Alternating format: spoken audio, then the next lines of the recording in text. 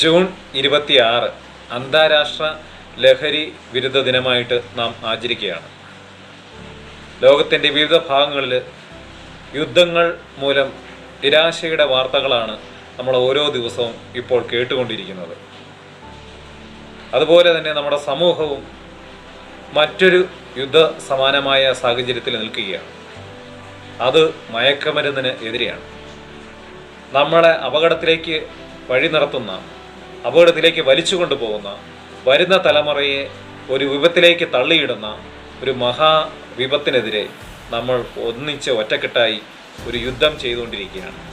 കഴിഞ്ഞ ഏതാനും ദിവസങ്ങളായി നമ്മുടെ സർക്കാർ ഉൾപ്പെടെ ഈ ലഹരി മരുന്നിനെതിരെ, മയക്കുമരുന്നിനെതിരെയുള്ള വലിയ ഒരു പോരാട്ടം നടത്തിക്കൊണ്ടിരിക്കുകയാണ്.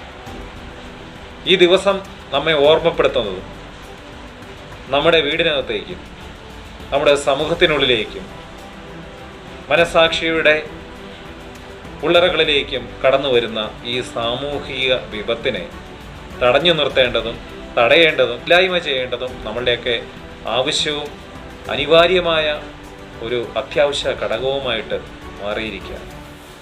ഈ ലഹരി വിരുദ്ധ ദിനത്തിൽ നമുക്കും ചിലതൊക്കെ ചെയ്യാനുണ്ട്.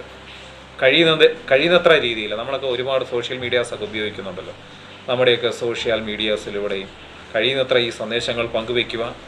ലഹരി നമ്മളെ അപകടത്തിലേക്ക് നയിക്കുമെന്ന തിരിച്ചറിവ് കൊണ്ട് ഒരാളെയെങ്കിലും നമുക്ക് പറ്റുമെങ്കിൽ ആ ബോധവൽക്കരണം നടത്തുവാനായിട്ട് നമുക്ക് കഴിയുമെങ്കിൽ അതുതന്നെയാണ് ഏറ്റവും വലിയ പോരാട്ടം. കഴിയുന്നത്ര നമ്മുടെ ലഹരി വിരുദ്ധ സന്ദേശങ്ങൾ കൈമാറി അതിൻ്റെ പോസ്റ്ററുകൾ പരമാവധി ഷെയർ ചെയ്തുകൊണ്ട് നമ്മൾക്ക് കഴിയുന്നത്ര രീതിയിൽ മയക്കുമരുന്നിനെതിരെ ഒരു ഓർമ്മപ്പെടുത്തലായി നമ്മുടെ വരുന്ന തലമുറയെയും കുട്ടികളെയും ഒക്കെ നാടിൻ്റെ നന്മയുള്ള പൂക്കളായി മാറ്റുവാനായിട്ട് നമ്മളുടെ ഒരു സന്ദേശത്തിന് കഴിയുമെങ്കിൽ എല്ലാവരും ആ സന്ദേശം പങ്കുവെക്കണമെന്നാണ് ഈ ദിവസം പറയാനുള്ളത്. നമുക്കെല്ലാവർക്കും ചേർന്ന് ഈ സാമൂഹിക വിപത്തിനെ നേരിടാം. നമുക്കെല്ലാവർക്കും ഒന്നിച്ചു തന്നെ പറയാം, സേ നോ ടു ഡ്രഗ്സ്.